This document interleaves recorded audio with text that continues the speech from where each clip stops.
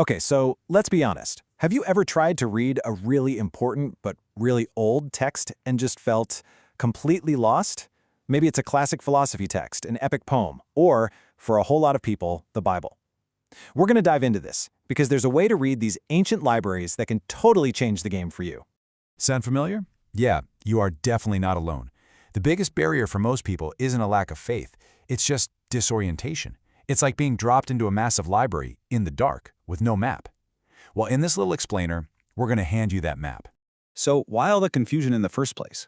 Well, the number one reason is a super common misunderstanding of what it is you're actually holding in your hands. We tend to think of it as one single book, but that's not really the whole picture. I mean, just look at these numbers. The diversity here is absolutely staggering.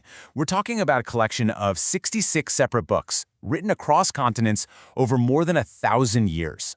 Think about it this way. You wouldn't read a history textbook the same way you read a book of love poems, right?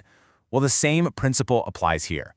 Just knowing what kind of writing you're reading is a huge first step. Okay, this next idea, this is the core of everything we're talking about.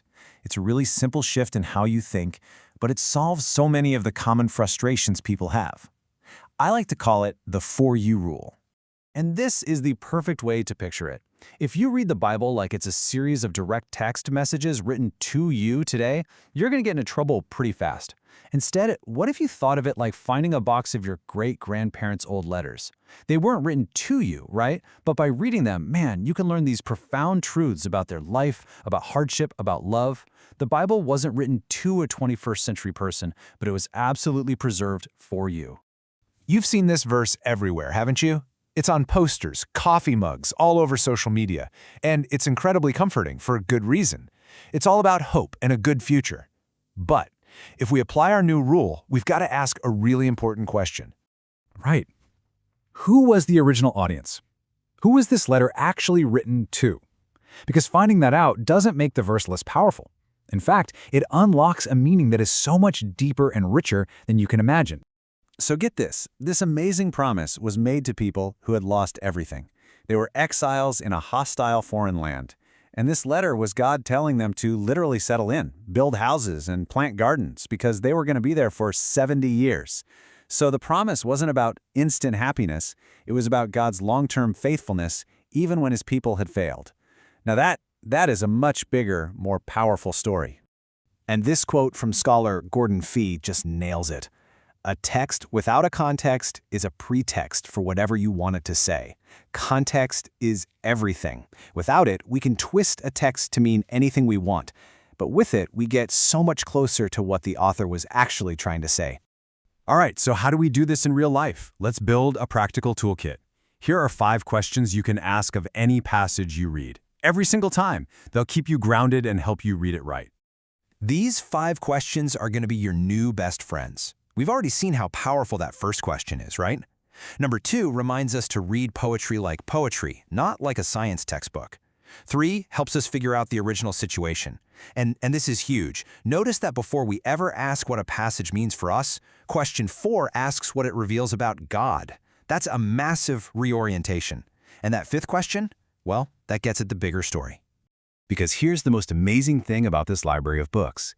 Even with 40 different authors over 1,500 years, there is one single, coherent story being told from the very beginning to the very end. Let's take a look at how that works. I mean, listen to this. According to Jesus himself, the entire collection of the Old Testament writings, what he calls the Scriptures, is ultimately pointing to him. He's saying he is the key that unlocks the meaning of the entire library. So, how does that actually work? Well, it happens in a few cool ways. First, you've got direct promises, or prophecies, that he later fulfills. Then you have these patterns and pictures, like the Passover lamb, whose blood saved people from death. It's kind of like a movie trailer for what Jesus would eventually do. And finally, the whole Old Testament tells this story of humanity failing over and over and over again, which points to our need for a perfect rescuer. So we've got the tools to read the text. We have the map for its unified story. But there is one last super important element we have to look at: the reader. And you know, that reader is you. Look, nobody comes to a text as a blank slate. It's just not possible. We all bring our culture, our politics, our life experiences with us. The goal isn't to pretend these biases don't exist. The goal is to be aware of them, so they don't secretly control how we interpret everything. Here are 3 of the big ones we all deal with. Confirmation bias. That's when we only look for verses that back up what we already think. Then there's cultural bias, where we assume our modern way of seeing the world is the only way. And of course, political bias, where we try to make the text fit neatly into our party's platform. The antidote for all of them is humility, and actively looking for perspectives that challenge our own. And really, that's what this is all about. The goal isn't to be a perfect reader, it's to be a humble one. Someone who's willing to be surprised, to be challenged, and yeah, even to be corrected by the text, instead of trying to force it to agree with us.